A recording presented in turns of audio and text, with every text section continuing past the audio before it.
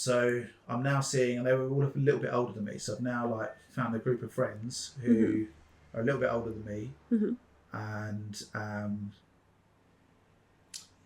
love basketball. And of course, this is before like. This is like at the turning point of the internet. Like this is so to be able to research these things was tricky. So I sort of found this love for this sport based on seeing some older kids who really enjoyed it, and I got so hyper focused on basketball. It became like this thing that I just wanted to do every day. Like I'd dribble a ball all the way to school, all the way home. Like you'd have to surgically remove this basketball from me. I love that. So I got good. Good because I did it a lot. And in college, I was 17, walking through Brighton, and this man stopped me, American man, and he said, I think he said something like, "Do you know who I am?" And I was, a cocky 17-year-old. I was like, "No, like, do you know who I am?" or something like that. And long story short, he turned out to be the new coach for the Brighton Bears basketball team, which at the time was a like pretty significant basketball team in the UK and starting to make some noise in Europe as well. And he said, I'll come down and watch you play at the seafront. So he did. Came down and watched me play. Long story short, he said, "I want you to come and play for Brighton Bears." So this is a professional men's team, and there was probably 1 or 2 English players on the team. The rest were all Americans that would come over straight from college or playing in other professional teams. So I did that, and I think that was one of the reasons that supported my entry to college, because they were like, "We need to get this guy in because he's playing for the professional basketball team. It's going to look really good for the college profile." So sort of like part scholarship type thing. So I ended up playing for Brighton Bears and having a schedule that was agreed with the college where I could train during the daytime with the team and take my studies in and around it. So I sort of had some special, they kind of made some special arrangements for me, if you like. I think I played on that. I used that to my advantage. And then from playing for Brighton Bears for one season and then joining again the next season, other opportunities started to come my way. So there was a team in Nottingham that had just started and they'd asked me in the summer to come up and play.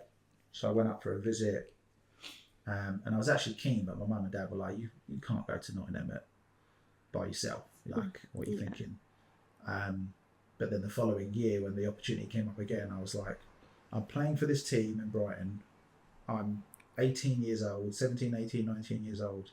I'm barely playing because I'm the youngest. I was skinny as a rake, like I had a long way to go, right?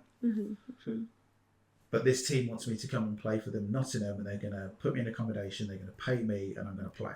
I want to go there. So I went. So I left the team at Brighton, I went. And my parents were like, it would be great if you continue your studies and go to university. And I was like, so again, I sort of fumbled my way through a year's college whilst playing basketball at Nottingham, and then got into university. I still don't really know how I got in, but I got into university. And again, probably leveraged the basketball as a way to get in. But that was my focus. Was playing basketball. Like it was my job. It was my career. I was playing basketball, and I just happened to go to university at the same time. So I did that for 2 years at Nottingham, and after I finished my second year at university, it was evident that I was failing because I just wasn't turning up. Wasn't turning up to lectures and seminars and doing the work. Probably too much to juggle. So yeah, getting into university was probably an achievement that I probably didn't deserve, and didn't really grab hold of in the first couple of years. That's for sure. Are you proud of the fact that you got into university? Not massively. No. Again, chose a course that I did sport and exercise science as a course.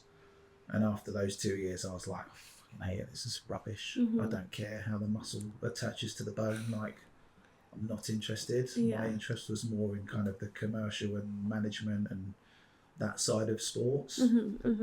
So yeah, long story short, I stopped going after 2 years, and I had an opportunity to go to Iceland.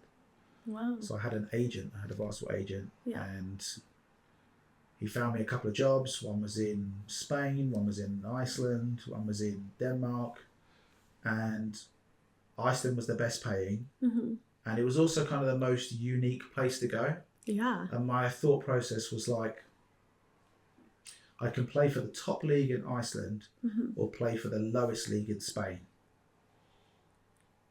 Spain has the weather. Yeah.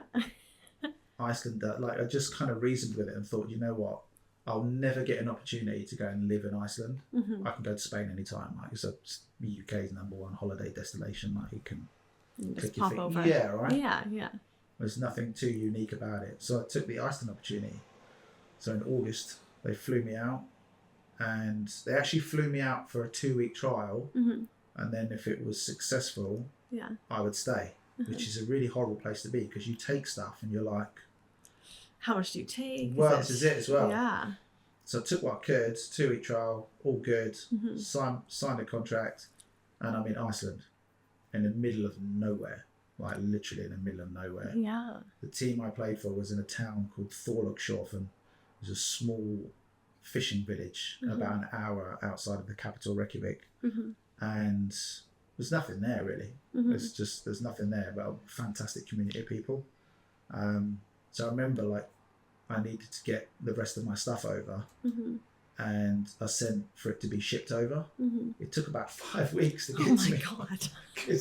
Thank God you got the part. Yeah, it took ages to get to me. Oh my goodness! But that was interesting. So I was there for a season, and it was massive eye opener, different experience, quite isolated.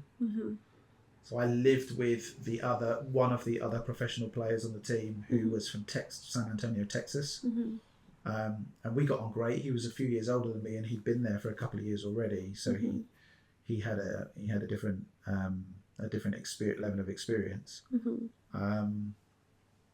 But yeah, it was an experience for sure. And do you remember how much you got paid back then? Yeah, 1,200 euros per month. Okay, that's pretty good. Which at the time was about 800 quid. Okay. But this is But this was a few years ago. Yeah. It was good. So, in basketball terms, that's not bad. Yeah. Unless you're in the NBA or in a top league in Europe, like just getting paid to put a ball in the hoop is great.